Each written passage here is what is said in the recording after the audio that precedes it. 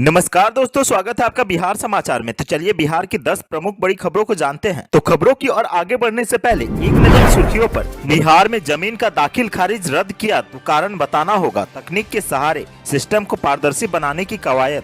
आ गई बिहार पंचायत चुनाव की नई गाइडलाइन। कोरोना के बीच ऐसी होगी वोटिंग, उम्मीदवारों से लेकर मतदाताओं तक के लिए गाइडलाइन। बढ़ती महंगाई के खिलाफ जन अधिकार पार्टी का हल्ला बोल प्रदर्शन। सिर पर गैस सिलेंडर रखकर महिलाओं ने निकाला मार्च। अभिजीत ने बाढ़ प्रभावित क्षेत्रों में राहत सामग्री का किया वितरण। सरकार से पूछा कब बदलेगी ढाका विधानसभा के सड़कों की बदहाल स्थिति। अब पटना से बेतिया 2.5 घंटे में पहुंच पाएंगे लोग। जल्द होगा नेशनल हाईवे का निर्माण।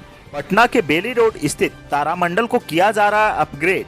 मंत्री सुमित सिंह ने कहा मॉडर्न टेक्नोलॉजी से लैस होगा तारामंडल। बाढ़ प्रभावित क्षेत्रों में पहुंची टीका वाली नाव, वैक्सीनेशन और इलाज की व्यवस्था। बिहार के जिन छात्र छात्राएं मैट्रिक इंटर परीक्षा 2022 के लिए अब तक नहीं करा पाए हैं रजिस्ट्रेशन, बीएसईबी ने इन छात्रों को दिया एक और मौका। बिहार में निकली 8000 से ज्यादा पदों पर बम्पर वैकेंसी, ऐसे करें अप्लाई। बिहार के पटना समेत 19 जिलों में भारी बारिश की चेतावनी, मौसम विभाग ने जारी किया अलर्ट।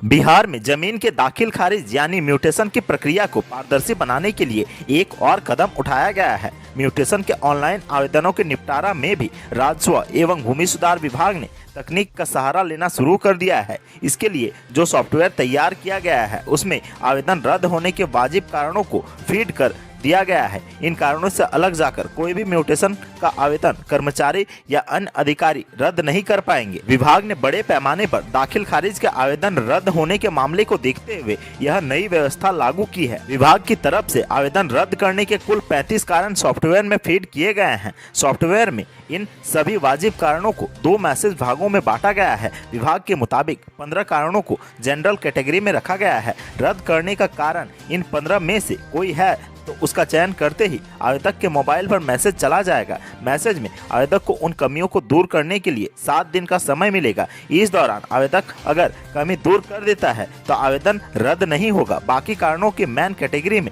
रखा गया है। अगर कर्मी इनमें से किसी कारण से आवेदन रद्द करते हैं तब उन्हें बताना होगा कि किन खामियों की वजह से आवेदन रद्द किया जा रहा है। बिहार में कोरोना महामारी के बीच पंचायत चुनाव को लेकर तैयारियां जारी है। पंचायत चुनाव के दौरान वोटिंग में हर बूथ पर मतदाताओं को टेम्परेचर लिया जाएगा। वैसे मतदाता जिनका शारीरिक तापमान तय मानक से ज्यादा पाया जाएगा उन्हें मतदान के अंतिम समय में वोटिंग का मौका मिलेगा। राज्य निर्वाचन आयोग ने पंचायत चुनाव को लेकर कोविड-19 से जुड़ा डिटेल गाइडलाइन जारी किया है। इसका पालन सभी जिलों में जिला निर्वाचन पदाधिकारी, पंचायत सह जिलाधिकारी के माध्यम से कराया जाएगा। राज्य निर्वाचन आयोग की तरफ से जारी गाइडलाइन के मुताबिक मतदान के दौरान अंतिम चरण में मतदान को लेकर वोटरों को टोकन दिए जाएंगे। आयोग के अनुसार सभी पीठासीन पदाधिकारियों को 1 से 100 तक के पहले से छपे हुए टोकन उपलब्ध कराया जाएगा। मतदान केंद्र पर तैनात पदाधिकारी इस टोकन को ऐसे मतदाताओं को देंगे जिनका टेम्परेचर अधिक पाया गया है और साथ ही जिन्हें अंतिम घंटे में मतदान करना है। इतना ही नहीं, पंचायत चुनाव में उम्मीदवारों को ऑनलाइन नामांकन पत्र दाखिल करने का विकल्प भी दिया जाएगा। राज्य निर्वाचन आयोग की वेबसाइट पर नामांकन प्रारूप उपलब्ध होगा। उम्मीदवार नामांकन पत्र ऑनलाइन भर सकते हैं और उसका प्रिंट निकालकर प्रारूप 6 में निर्वाचन पदाधिकारी की तरफ से जारी सूचना में दिए गए स्थान पर नामांकन दाखिल करेंगे। पेट्रोल, डीजल, रसोई गैस की बढ़ती कीमतों के खिलाफ जन अधिकार महिला परिषद की कार्यकर्ताओं ने पटना के 8 कॉलेज के पास हल्ला बोल प्रदर्शन किया। सिर पर गैस सिलेंडर रखकर जाप की महिला कार्यकर्ताओं ने मार्च निकाला। केंद्र और राज्य सरकार के खिलाफ महिलाओं ने प्रदर्शन किया और जमकर नारेबाजी भी की। जाप की महिला कार्यकर्ताओं ने बढ़ती महंगाई के प्रति सरकार को अवगत कराया है। जन अधिकार महिला परिषद की राष्ट्रीय अध्यक्ष रानी चौबे के नेतृत्व में हुए हल्ला बोल प्रदर्शन में जाप की कई महिला कार्यकर्ता भी शामिल हुई। सबसे पहले विद्यापति मार्ग स्थित 8 कॉलेज के पास महिलाओं ने धरना दिया। उसके बाद सिर पर गैस सिलेंडर लेकर तारामंडल तक मार्च निकाला। घरेलू गैस, पेट्रोल, डीजल समेत अन्य घरेलू सामानों की कीमतों में बेतहाशा वृद्धि के खिलाफ कार्यकर्ताओं ने केंद्र और राज्य सरकार के खिलाफ जमकर नारेबाजी की। महिला कार्यकर्ताओं ने इस दौरान हल्ला बोल प्रदर्शन भी किया और महंगाई के प्रति सरकार का ध्यान आकृष्ट कराया। प्रतिबंधित क्षेत्र में प्रदर्शन कर रहे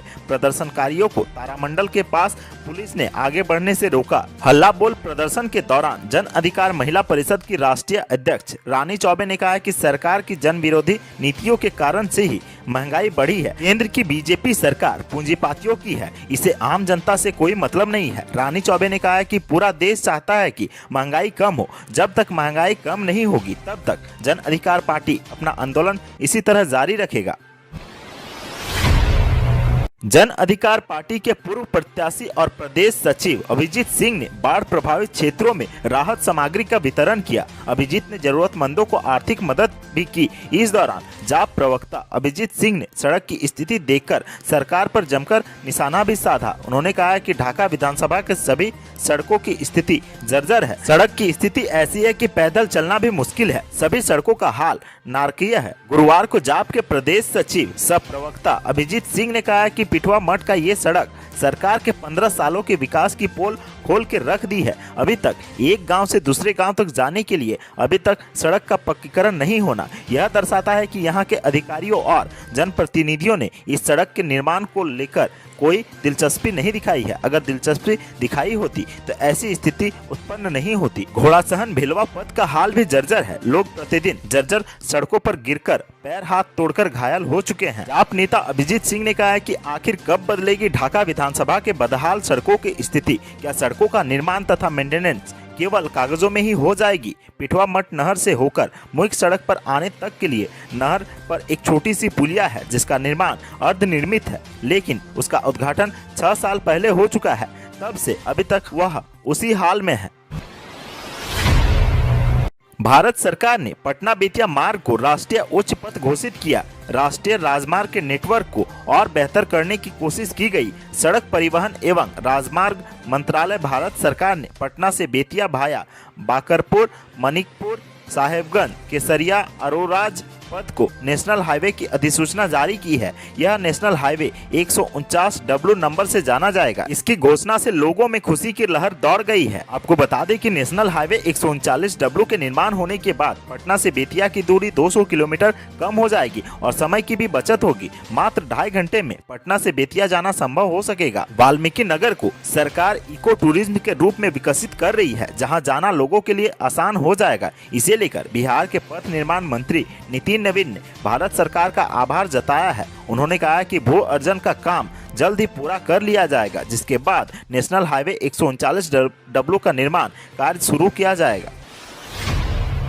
राजधानी पटना के बेली रोड स्थित तारामंडल को अपग्रेड किया जा रहा है। नवीनीकरण के बाद नए तकनीकों से लैस होने जा रहा है। बिहार के विज्ञान और प्रौद्योगिकी मंत्री सुमित कुमार सिंह ने शुक्रवार तारामंडल विकास को लेकर एक सहमति पत्र पर हस्ताक्षर किया है। मंत्री सुमित कुमार सिंह ने कहा है कि विभाग अत्याधुनिक तकनीकों से पूरी तरह लैस हो रहा है। यह बिहार के विकास में अग्रणी भूमिका निभाएगा। इसी कड़ी में तारामंडल के नवीनीकरण का कार्य प्रारंभ हो रहा है। इंदिरा गांधी विज्ञान परिसर तारामंडल पटना के वर्तमान ऑप्टो मैकेनिकल प्रोजेक्ट सिस्टम और डोम स्क्रीन की जगह अत्याधुनिक तकनीक पर आधारित 3D, 2D, RGB laser projection और चैन सस्पेंडेड डेमो स्क्रीन लगाया जा रहा है। ऑप्टिकल टेलीस्कोप को लगाने के लिए 36 करोड़ 13 लाख 20 हजार की लागत से आवश्यक सिविल, इलेक्ट्रिकल और उन्नयन कार्य का कार्यान्वयन national council of science museum के माध्यम से कराया जा रहा है।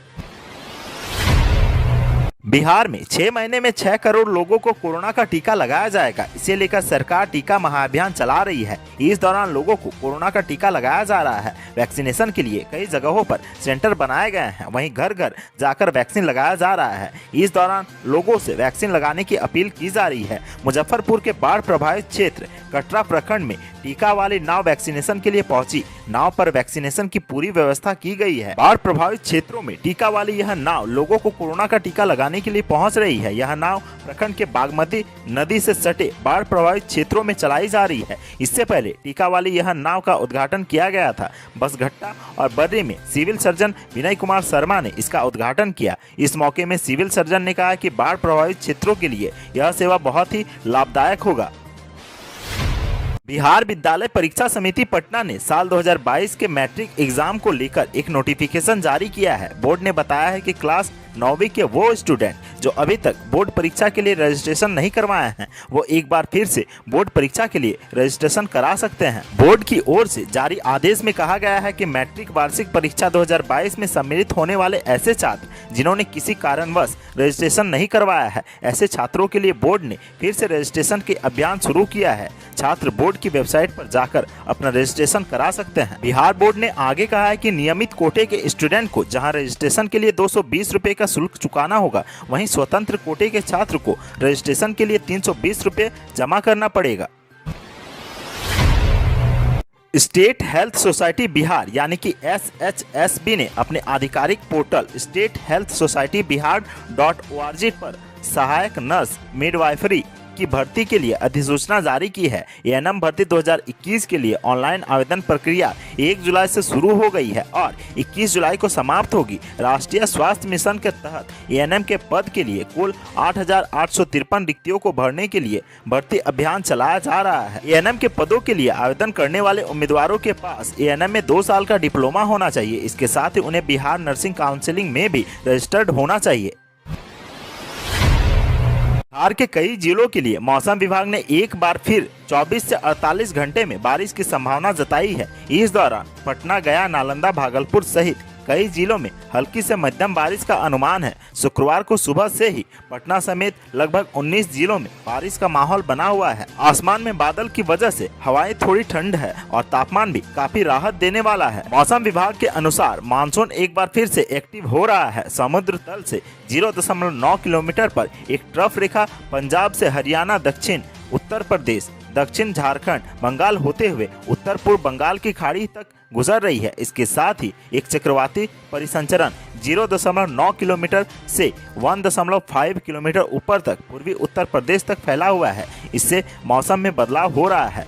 बारिश का पूरा माहौल तैयार हो गया है। इसके अलावा 24 घंटे से अधिक आर्द्रता, नमी से उमस भरी गर्मी हो रही है। संभावना जताई जा रही है कि शुक्रवार को भी अधिकतर स्थानों पर यही हाल होगा। इस तरह का मौसम बारिश के लिए पूरी तरह से अनुकूल हो जाता है। तो आज के सुर्खियों में बस इतना ही। बिहार से जुड़ी खबरों के लिए सब्सक्राइब करें हमारे चैनल को और साथ ही साथ अपने दोस्तों और रिश्तेदारों में शेयर करना ना भूलें। धन्यवाद।